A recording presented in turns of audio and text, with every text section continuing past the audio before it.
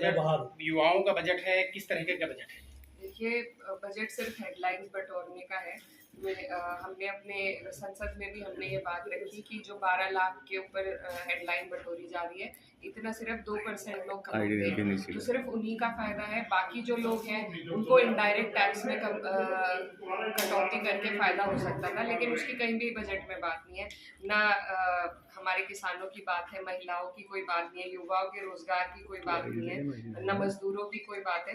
तो बजट सिर्फ एक फंडे पे हेडलाइन बटोरना है, उसके अलावा कुछ नहीं है। अच्छा, लोकसभा चुनाव में जिस तरह से समाजवादी पार्टी ने बम्पर जीत हासिल की, उसके तत्काल बाद में उपचुनाव हुए, उसमें डिफीट मिली समाजवादी पार्टी को, क्या वजह रही? क्या मैनेजमेंट थोड़ा सा मिसमैनेजमेंट हुआ, क्या वजह रही? देखिए, लोकतंत्र है वैसे तो, लेकिन जो उपचुनाव हुए हैं उसमें तंत्र से चुनाव जीते गए हैं, उसमें जनता का कोई वो नहीं रहा है। कई ऐसी सीटें हैं हमारी जहां पर भाजपा नहीं जीत सकती थी, किसी भी वजह से कभी भी नहीं जीत सकती, लेकिन वहां पर भी वो चुनाव जीते हैं। तो जिस तरीके से लोकतंत्र की धज्जियां उड़ाई जा रही है वो सबके सामने है। इलेक्शन कमीशन जिस तरीके से अनदेखी कर रहा है वो भी सबके सामने है। तो ये जो बाई इलेक्शन है ये सरकार के होते हैं, और उन्हीं के दबाव में प्रशासन ने, सभी लोगों ने मिलकर उनकी झोली में ये 9 सीट डाल दी है, जो कभी से कभी भी उन्हें नहीं मिल सकती। अच्छा, वेस्ट यूपी गन्ना बेल्ट कही जाती है, और इस बार जो दाम है, समर्थन मूल्य है, उसको नहीं बढ़ाया गया है। क्या मांग है समाजवादी का, क्या स्टैंड है, क्या मांग करती है समाजवादी पार्टी? ये समर्थन मूल्य बढ़ाया ही नहीं बल्कि घोषित भी नहीं किया गया है। हमारी मांग ये है कि पिछली बार से ज्यादा बढ़ाकर की जाए। कई चुनाव में कई जगहों पर ये भी वादे किए गए कि 400 पार सीटें होंगी तो 400 पार ही गन्ने का दाम होगा।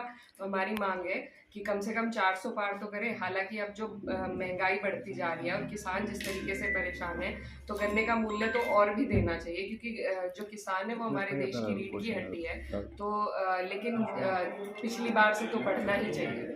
मैडम, कुंभ मेले में जिस तरीके से गवर्नमेंट ने 50 करोड़ का अपना ये डेटा उनके पास है कि 50 करोड़ वहाँ पहुंचे हैं शरणार्थी, लेकिन ट्रेजिडीज जो हुई हैं, जो कैजुअलिटीज हुई हैं, उसको लेके कोई स्पष्ट बात नहीं हुई है। और हाउस में, सदन में इस बात को लेके कोई चर्चा का कुछ प्लान है? क्या है, कैसे रहेगा? जी, हुई है इस पर चर्चा।